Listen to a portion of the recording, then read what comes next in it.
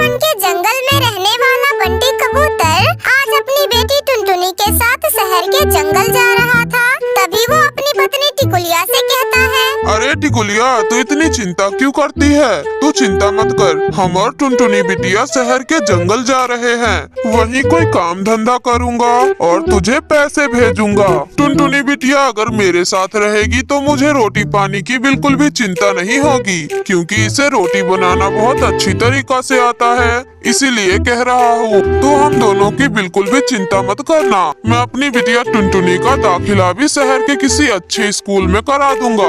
मेरी बिटिया पढ़ लिख कर अफसर बनेगी, अफसर। ठीक है जी, आप अपना और टुनटुनी बिटिया का ध्यान रखना। मैं चिट्ठी भेजती रहूंगी और आप भी चिट्ठी भेजते रहना। फिर दोनों बाप बेटी शहर के जंगल आ जाते हैं। पापा पापा भूख लगी है, वो देखो ना सामने हलवाई की दुकान है। मुझसे अब भूख बर्दाश्त नहीं हो रही है पापा, चलो ना। बंटी कबूतर उस हलवाई शहरी पक्षी के दुकान पर जाता है। भाई 2 प्लेट कचौड़ी और जलेबी देना, मेरी बिटिया को बहुत जोरों की भूख लगी है। अरे भाई, शक्ल से तो तुम देहाती पक्षी मालूम पड़ते हो, लगता है शहर के जंगल में नए नए आए हो। वैसे पैसे तो है ना तुम्हारे पास? हाँ भाई, है ना पैसे मेरे पास। ये देखिए।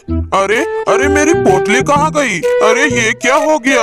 लगता है किसी ने मेरी पोटली चुरा ली। भाई ये शहर का जंगल है, यहाँ पर तो हर जगह पर चोर उचक्के पक्षी उड़ते फिरते हैं। आपको अपना पैसा संभाल कर रखना चाहिए था।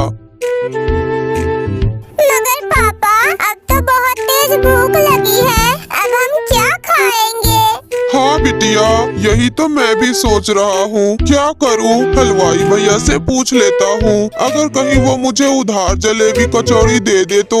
भाई साहब, क्या आप मुझे उधार में जलेबी और कचौड़ी खिला दोगे? मैं काम करके आपका पैसा चुका दूंगा। मेरी बिटिया को बहुत जोरों की भूख लगी है, मैं तो खुद भूखा रह लूंगा, पर अपनी बिटिया को कैसे भूखा रखूं? शक्ल से तो तुम बड़े सीधे दिखाई देते हो। तुम मेरे दुकान पर काम करोगे, मैं तुम्हें अच्छी तनख्वाह दूंगा। क्या कहते हो, काम करोगे मेरे दुकान पर? हाँ हाँ भैया, शहर के जंगल तो मैं काम करने ही आया था, आपने तो मेरी मुंह की बात छीन ली।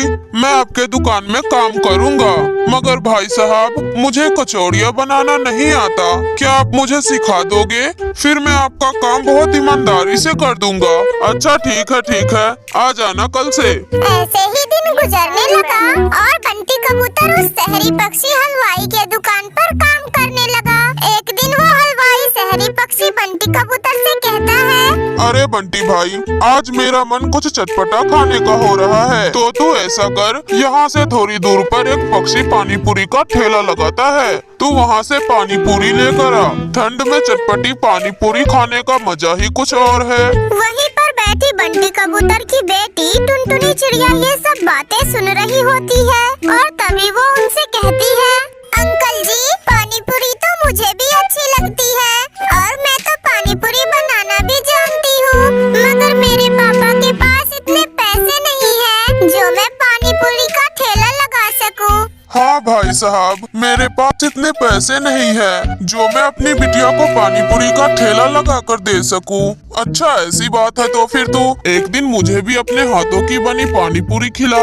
ये ले पैसे, फिर मैं तुम्हें बताऊंगा कि तेरी पानी पूरी कैसी है। फिर अगले दिन टुनटुनी चिड़िया उस हलवाई शहरी पक्षी को अपने हाथों की बनी पानी पूरी खिलाती है। अरे बाबा टुनटुनी, इसका तो कोई जवाब नहीं, ऐसी पानी पूरी तो मैंने आज तक नहीं खाई। तू ऐसा कर, मेरे दुकान के सामने एक पानी पूरी का ठेला लगा ले, पैसे की तू चिंता मत करना, मैं तेरी सहायता करूंगा। लेकिन साहब एक समस्या है, अगर मेरी बिटिया काम करेगी तो वो पढ़ेगी कब? मैं तो अपनी बिटिया को अफसर बनाना चाहता हूँ। अरे पापा, मैं पढ़ाई भी कर लूंगी और पानी पूरी का ठेला भी लगा लूंगी। मैं सुबह स्कूल चली जाऊंगी और शाम को स्कूल से आने के बाद पानी पूरी बेचा करूंगी। आप इसकी चिंता बिल्कुल मत करना।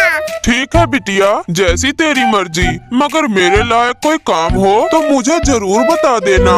फिर टुनटुनी चिड़िया अपने पिता बंटी कबूतर और शहरी पक्षी हलवाई की मदद से दुकान के आगे एक पानी पूरी का ठेला लगा लेती है। आओ आओ, स्वादिष्ट पानी पूरी खाओ, आओ आओ, खट्टे मीठे पानी पूरी खाओ, ऐसी पानी पूरी आपने कभी नहीं खाई।